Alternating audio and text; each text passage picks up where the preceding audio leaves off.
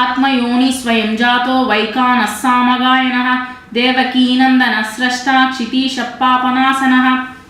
ஆத்மயோனி அவர் உருவாகிறதுக்கு தான் தான் காரணம், யாரும் அவருக்கு சப்போர்ட்ன்றது கிடையவே கிடையாது. ஸ்வயம் ஜாதகா, யாரோடைய சப்போர்ட்டும் இல்லாம தானாகவே அவர் இந்த இந்த உருவானவர்.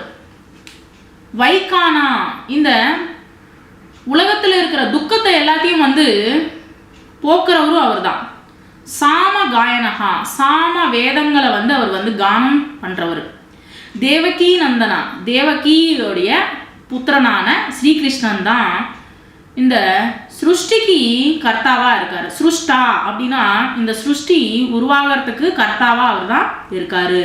க்ஷிதீஷா, இந்த பூமிக்கு அவர் தான் கணவராக இருக்கிறாரு. பாப நாசனகா, நம்ம பாவங்களை எல்லாத்தையுமே அவர் சர்வநாசனம் படுத்துறவரும் அவர் தான். அப்படின்னா என்னதுன்னா நமக்கு நம்மளுடைய பாவங்களை போக்குறவரு அவர் தான்.